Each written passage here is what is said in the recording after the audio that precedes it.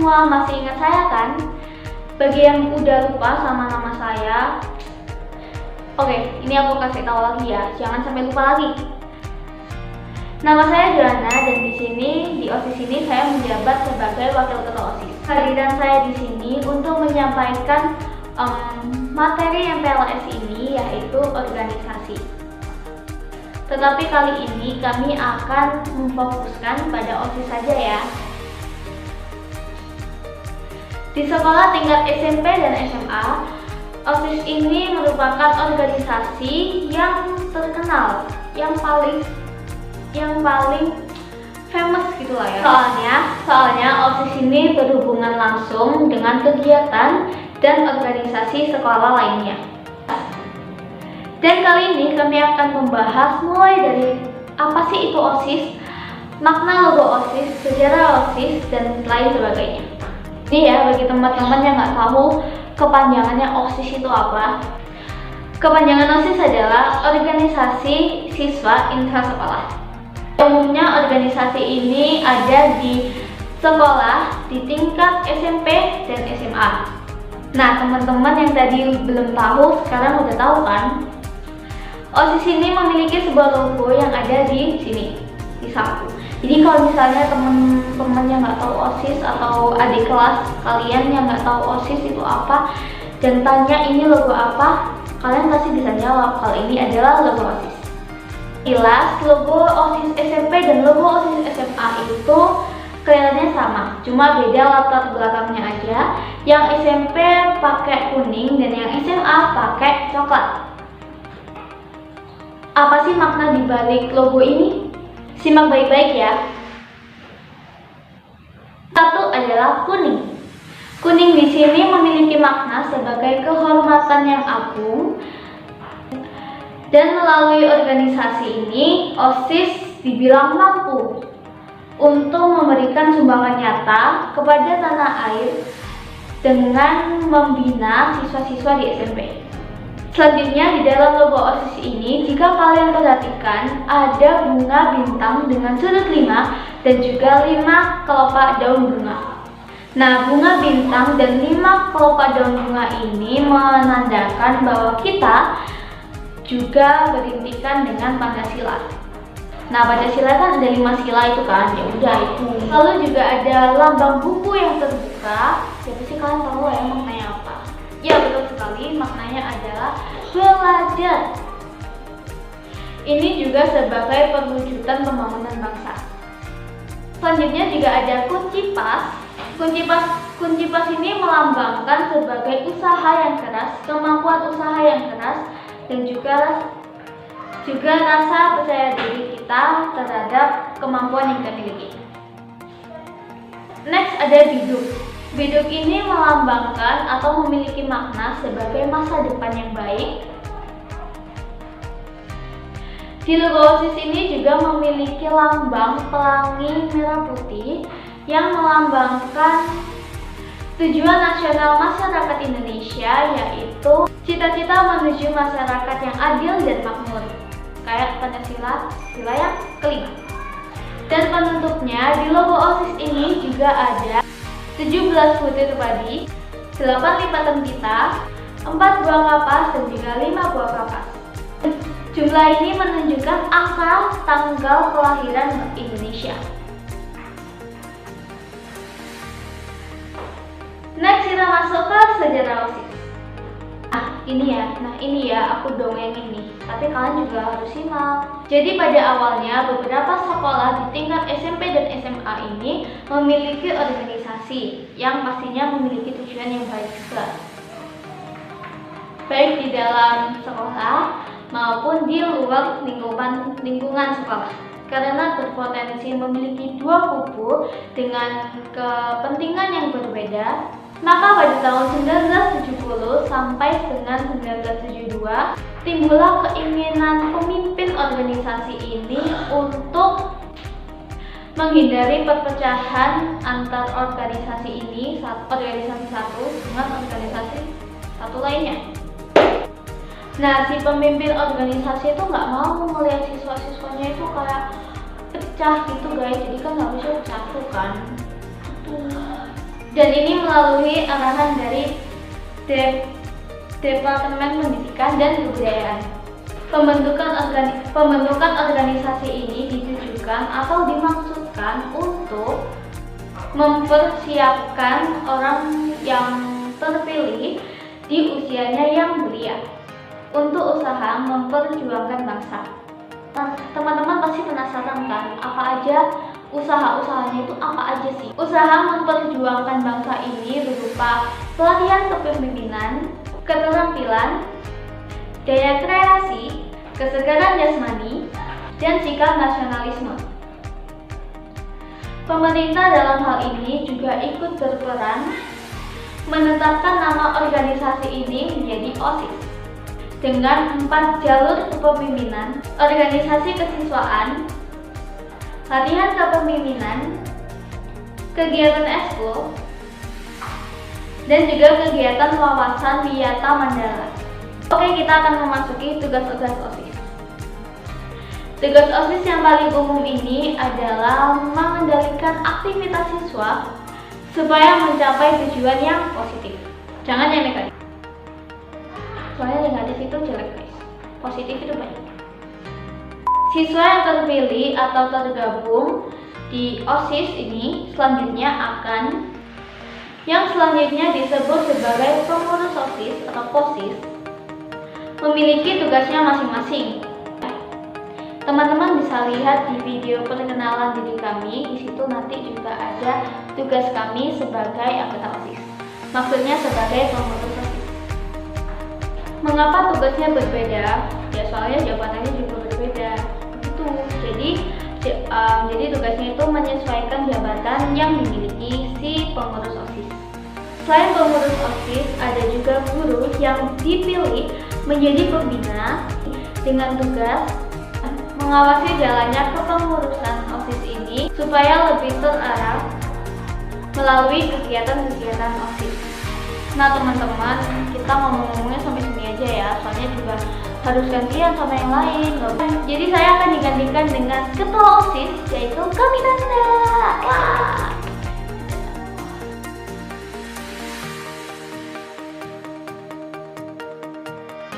Halo, nama saya Selvita Natali Angelia. Pengalaman saya selama saya menjadi pengurus OSIS di Sekolah Kristen Pelita Kasih adalah saya dapat merasakan bagaimana rasa bertanggung jawab dalam melakukan suatu pekerjaan.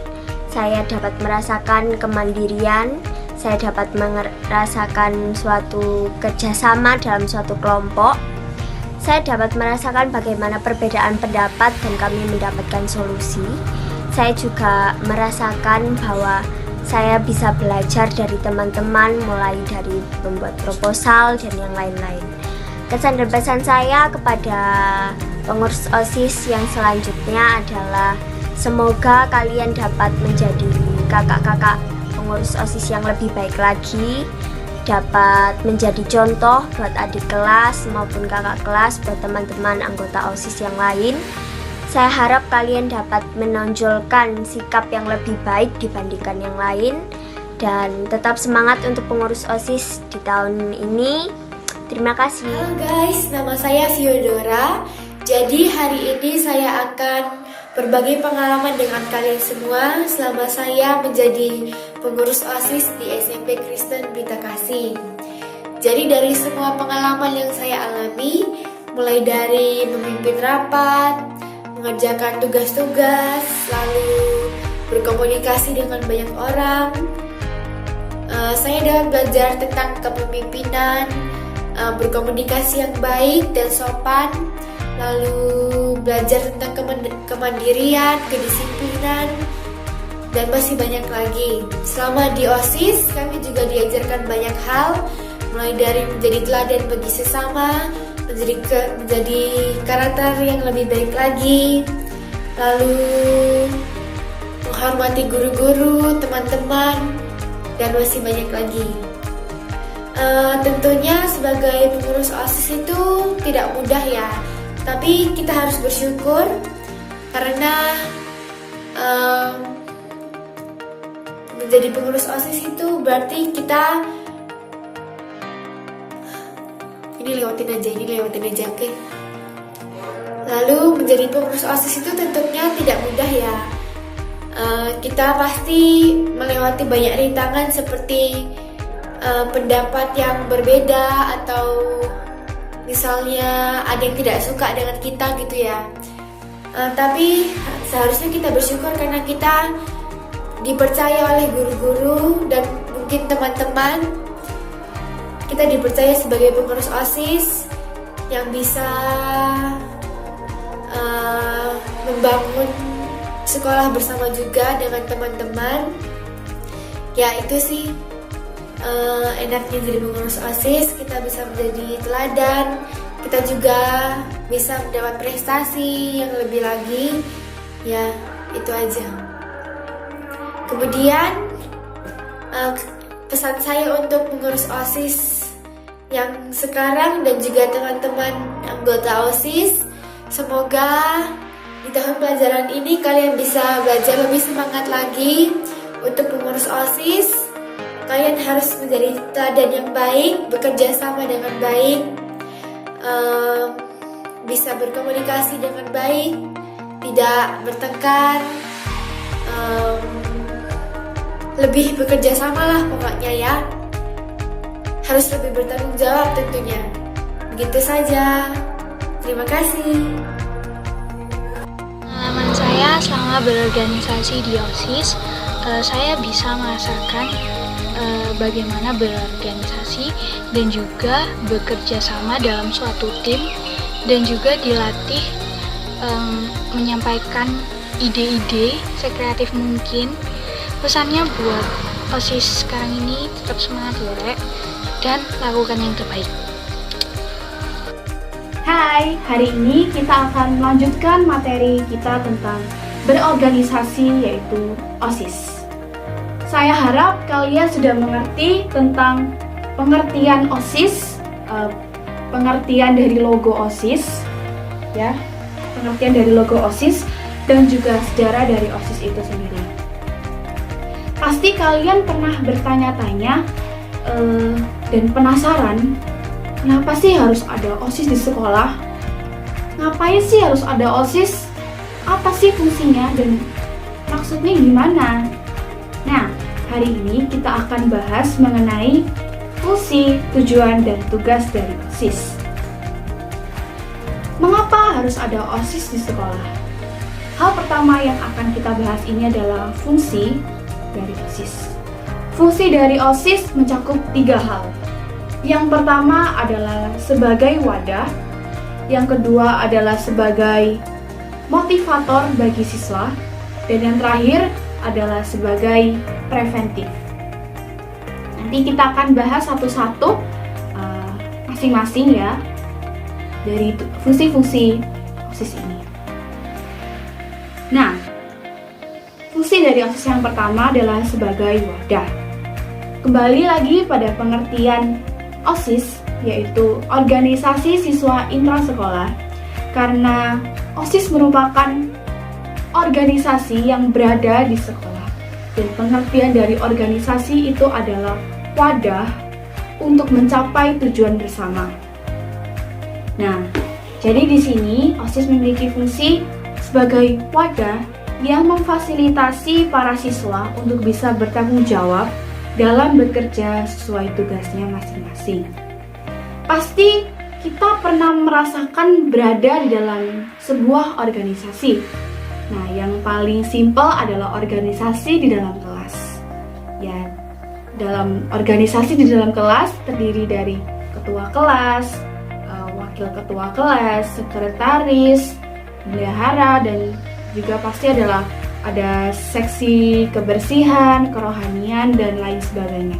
Pasti kalian pernah merasakan berada dalam organisasi di kelas. Ya, walaupun kalian tidak terlibat dalam kepengurusan di kelas, tapi kalian sudah memasuki lingkup organisasi. Ya, pasti kalian juga sudah tahu fungsi-fungsi dari ketua kelas, wakil, sekretaris, dan juga bendahara itu. Nah, di sini OSIS bisa memfasilitasi setiap kegiatan-kegiatan yang ada di sekolah. Jadi tidak hanya sekolah yang membuat program, tetapi OSIS juga berperan untuk membantu dalam membuat program-program. Itu untuk yang positif dan untuk mengembangkan kemampuan siswa itu sendiri. Yang kedua, OSIS berperan sebagai motivator atau pendorong bagi siswa.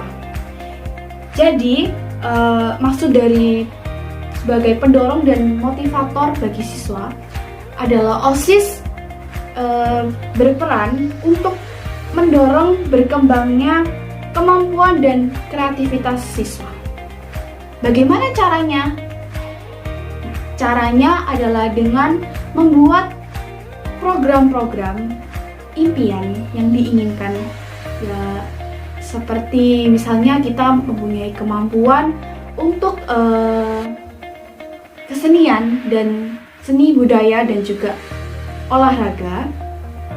Di situ OSIS akan memfasilitasi kalian untuk membuat program-program impian. Apa aja sih yang pengen dilakuin di sekolah ini, hal-hal baru ya, yang pasti untuk kegiatan positif untuk sekolah dan juga promosi untuk sekolah juga.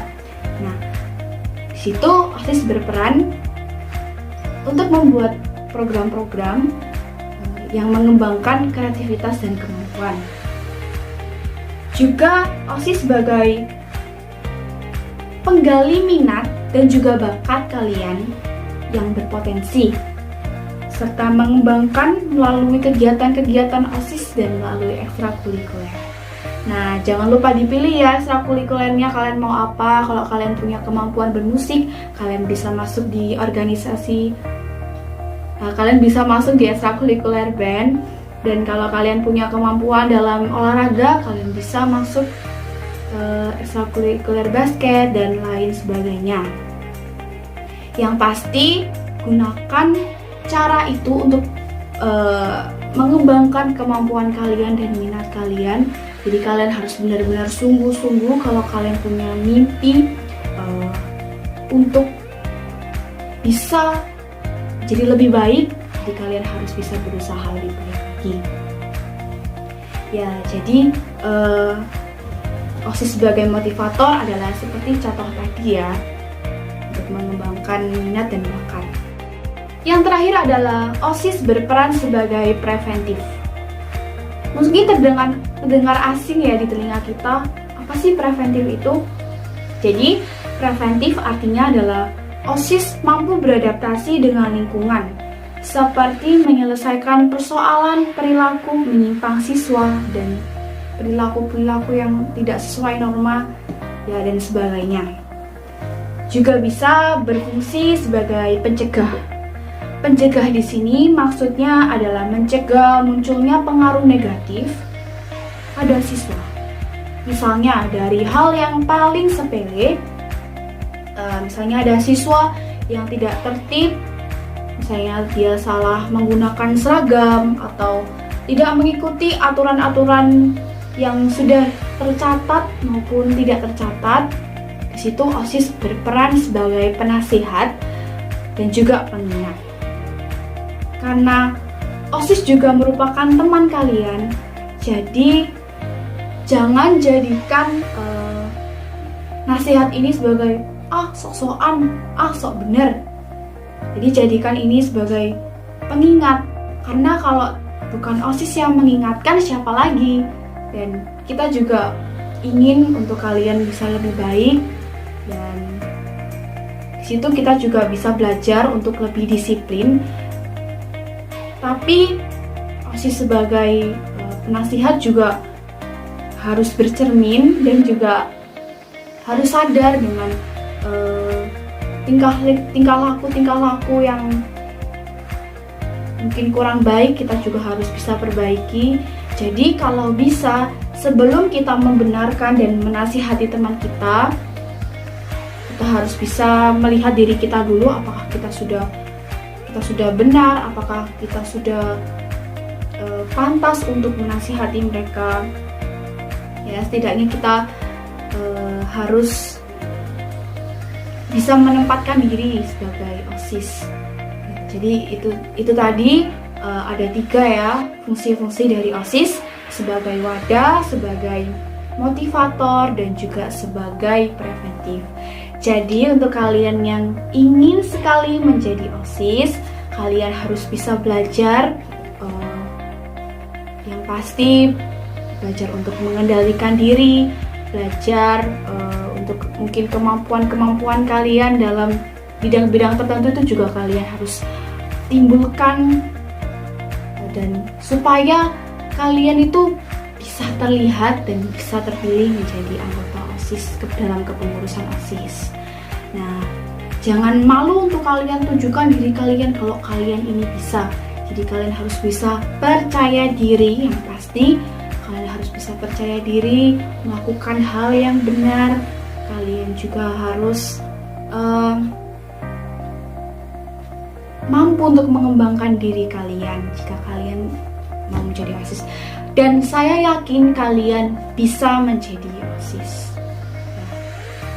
Tugas OSIS kalau ditanya berat atau enggak sih Kak? Tugas OSIS itu berat atau enggak? Pasti kalian juga pernah bertanya-tanya ya, tugas OSIS itu berat enggak sih? Nah, kalau kita menikmati, tugas itu tidak akan seberat apa yang kita pikirkan. Karena di OSIS ini kita tidak bekerja sendiri, tapi juga ada pembina dan juga anggota-anggota OSIS lainnya. Jadi kita harus bisa saling bekerja sama, karena kita adalah organisasi, yang artinya kita harus bisa mencapai tujuan bersama. Nah, jadi dengan adanya OSIS ini, maka diharapkan siswa untuk bisa memiliki kegiatan yang positif, yang bisa memaksimalkan kemampuan dan kreativitas mereka. Selanjutnya, kita akan membahas tentang tujuan dari OSIS. Pasti semua organisasi punya tujuan bersama yang ingin dicapai. Nah, kembali dari pengertian OSIS yang merupakan organisasi intrasekolah, yang artinya organisasi ini dibentuk di dalam sekolah, beranggotakan siswa yang dipilih dari sekolah, dibina oleh guru di sekolah, dan bekerja demi kebaikan sekolah. Nah, tidak jauh beda dari fungsi OSIS. OSIS ini bertujuan untuk memfasilitasi para siswa untuk menyalurkan aspirasinya.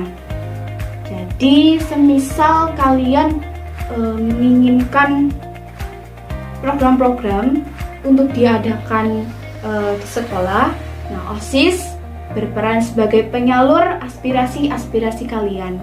Jadi kalian boleh mengusulkan kegiatan apa yang kalian inginkan, yang mungkin yang sudah pernah kalian lakukan tapi kalian ingin coba di SMP ini, atau mungkin kalian punya bayangan apa yang mau kalian lakukan di SMP ini, untuk yang pastinya untuk kebaikan kalian, untuk mengembangkan kemampuan dan minat kalian, juga kreativitas kalian, itu kalian boleh usulkan. Dan yang pasti OSIS akan berusaha untuk melaksanakan keinginan kalian, tapi juga pasti melihat sekolah dan persetujuan bersama, yaitu untuk mengekspresikan kreativitas kita ya, dan juga berkontribusi untuk hal-hal yang positif.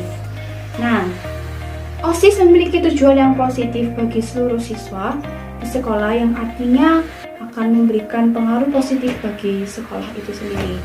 Nah, pasti kita inginkan kalau sekolah kita bisa dikenal sama orang-orang luar, dan kalian pasti juga ingin teman-teman kalian yang mungkin tidak sekolah di sekolah yang sama, pasti kalian ingin, ayolah sekolah di sini, sekolahnya bagus kok. Nah, dengan kalian mengembangkan kemampuan kalian bisa membuat karya-karya dengan membawa nama sekolah. Dan dengan cara itu pasti banyak yang akan mengenal sekolah kita. Jadi misalkan kalian punya kemampuan bela diri mungkin ya, kalian coba untuk bilang pada bapak ibu guru, Pak, ada apakah ada kompetisi bela diri nggak Pak? Jadi nanti pasti guru-guru akan mencarikan informasi dan pasti kalian juga berkesempatan untuk mengikuti lomba tersebut. Atau mungkin kalian punya hobi bermain musik atau bisa berpuisi. Nah, kalian boleh mengajukan diri, Pak, nanti kalau Pak atau Bu, nanti kalau ada lomba atau ada kompetisi-kompetisi tertentu, saya mau Pak jadi ini misalkan saya mau berpuisi, nanti boleh Bapak atau Ibu daftarkan saya bersedia untuk dipilih jadi kontestan. Boleh, kalian harus percaya diri, karena di situ adalah awal kalian untuk mengembangkan kreativitas kalian. Jadi kalau kalian dipilih untuk mengikuti lomba tertentu atau kalian dipilih untuk mengikuti acara-acara tertentu yang membawa nama baik sekolah, kalian harus bisa dengan percaya diri mengikuti acara tersebut. Itu promosi sekolah juga. Nah, selain itu, tujuan OSIS yang perlu kita tahu adalah untuk memaksimalkan potensi siswa sehingga bisa meraih prestasi yang membanggakan diri orang tua dan juga sekolah. Selain itu, OSIS bertujuan untuk melatih keterampilan siswa dalam bersosialisasi dan berorganisasi.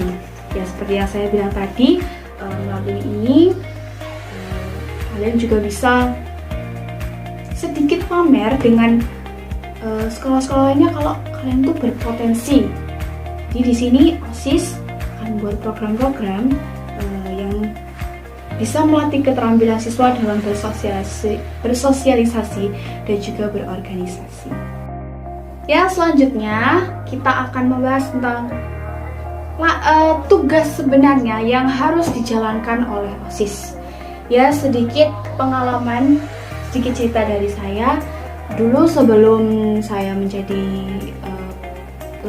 dalam kepengurusan OSIS ini, saya ingin banget jadi OSIS karena ngeliat kakak kelas tuh, wah keren banget, wah bisa gini ya, wah bisa tahu semuanya tentang sekolah, jadi bisa lebih belajar lagi tentang sekolah. Itu bagi saya keren dan luar biasa.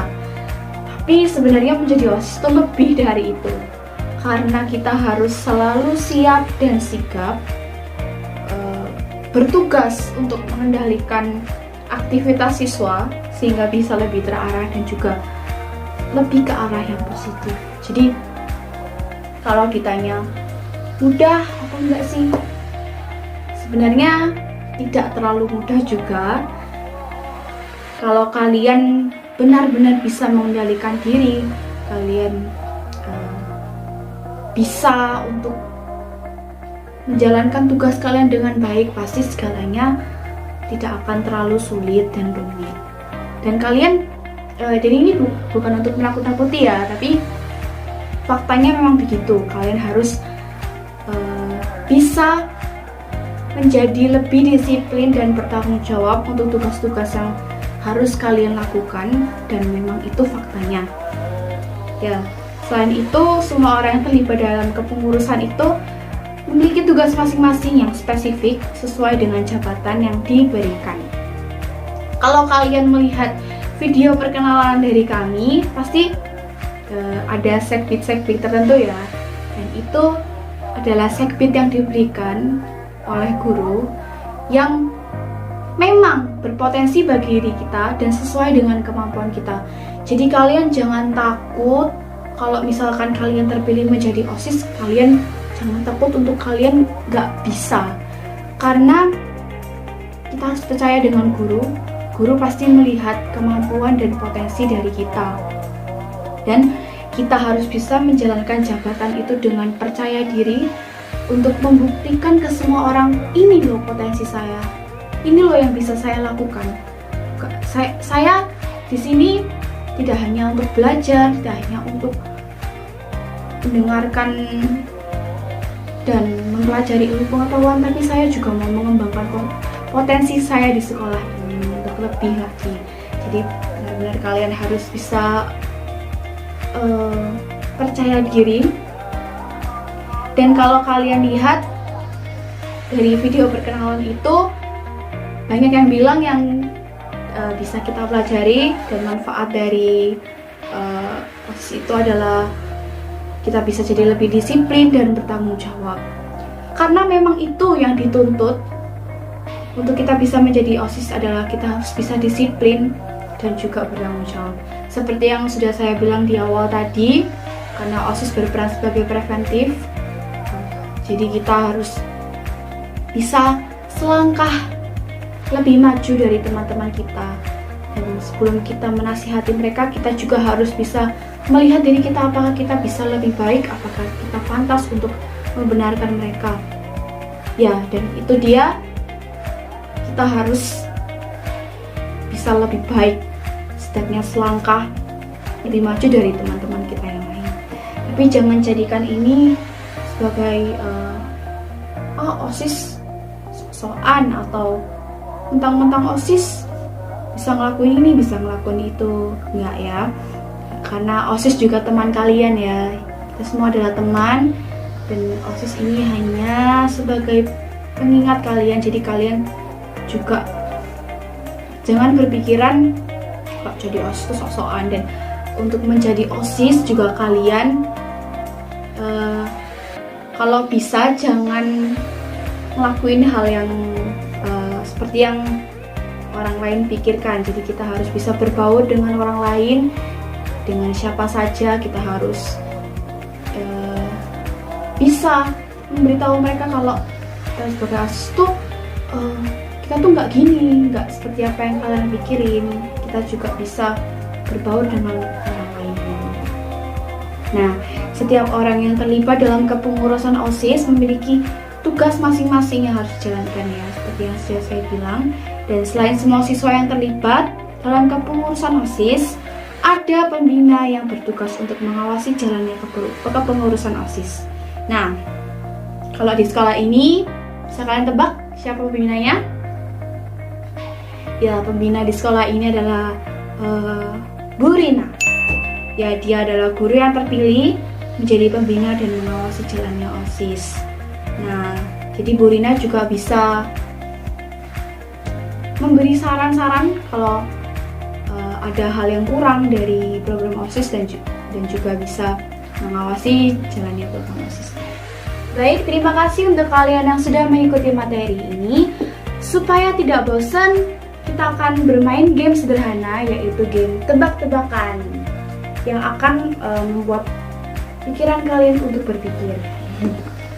Tapi supaya kalian bisa lebih akrab dan bisa saling ngobrol, saya akan membagi dalam 6 kelompok. Jadi kalian harus menebak 6 tokoh terkenal yang ada di dunia dan juga 5 tokoh Alkitab. Nanti saya akan memberikan clue-cluenya. Kalian harus berdiskusi dengan kelompok kalian. Boleh kalian membuat grup WA untuk membahas ini, atau kalian bisa saling chat-chatan ya lewat WA atau lewat manapun. Silakan kalian diskusikan ini.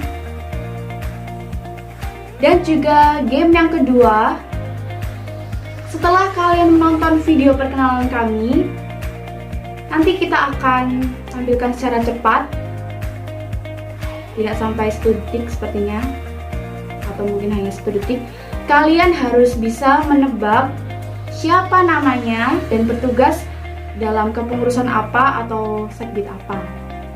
Nah, jika kalian sudah mendiskusikan hal tersebut, kalian bisa kirimkan jawabannya ke WA yang ada di bawah ini, yang tertera di bawah ini. Ya. Terakhir mengumpulkan jawaban adalah pukul 1 siang. Diharapkan kalian bisa saling bekerja sama dan saling akrab ya. Baik, terima kasih untuk kerjasama untuk kalian hari ini. Kita akan bertemu besok lagi ya. Dadah. Halo teman-teman semuanya. Pada hari ini kita akan bermain game yang bernama tebak tokoh dunia. Rulesnya adalah kalian akan diberikan clue yang berkaitan dengan tokoh-tokoh yang harus kalian tebak.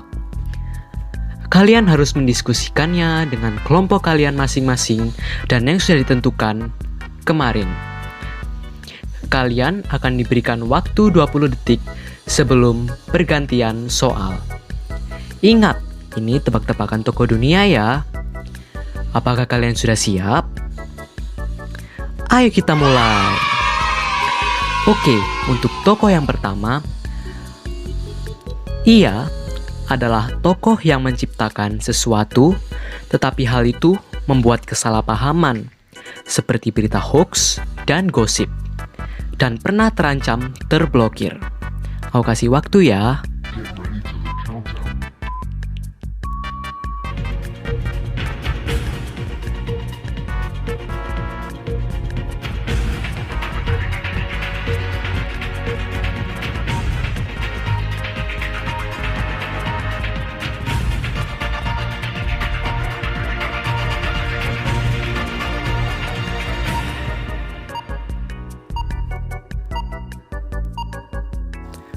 Lanjut untuk tokoh kedua.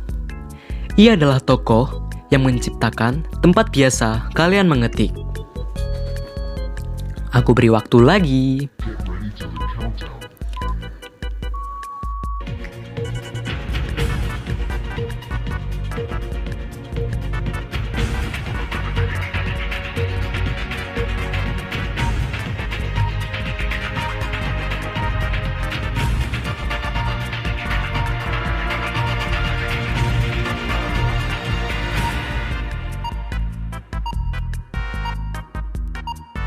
Yang ketiga, lukisan Mona Lisa.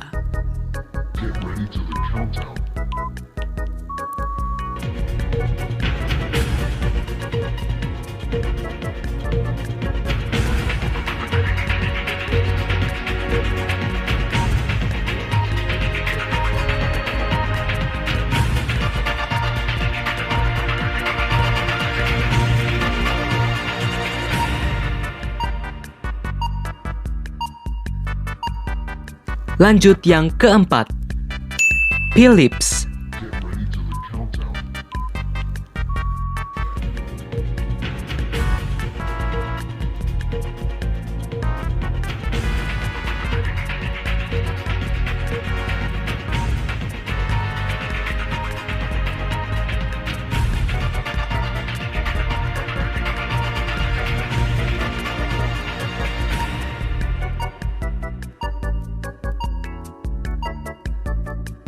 Kelima, ia dijuluki sebagai Bapak Teknologi Indonesia.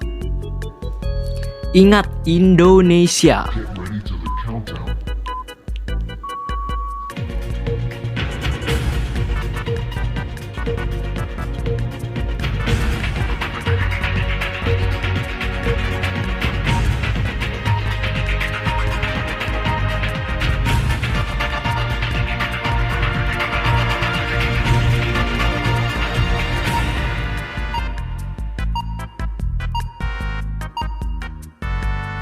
Oke, yang terakhir, tokoh keenam. Ia adalah penemu satelit planet Jupiter.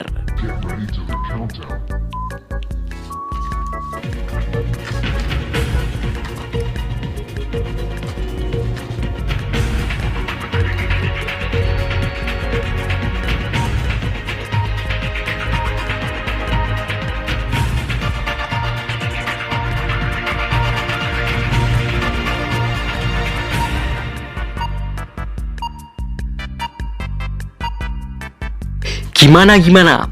Susah ya? Oke. Sekarang aku kasih yang mudah. Jadi, kita akan bermain tebak gambar tokoh Alkitab. Kalau ini, rulesnya berbeda. Kalau sebelumnya, kita menggunakan kalimat. Sekarang lebih gampang lagi nih. Pastinya menggunakan gambar dong. Oke, kalau begitu, kita langsung mulai aja. Gambar yang pertama.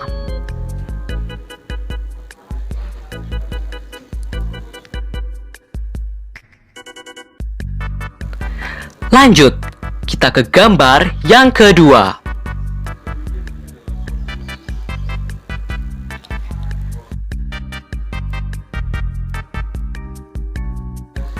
Gambar yang ketiga.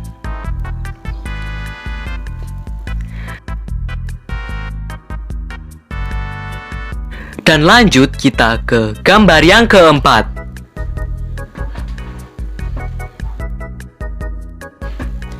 Dan yang terakhir, gambar kelima.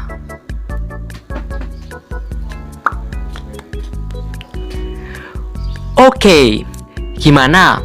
Seru bukan? Oke.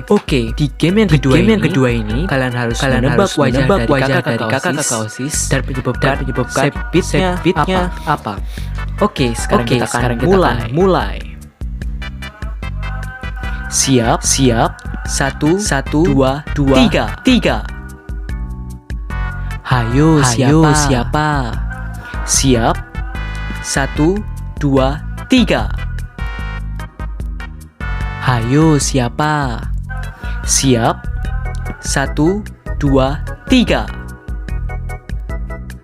Hayo siapa? Siap. 1, 2, 3. Hayo siapa?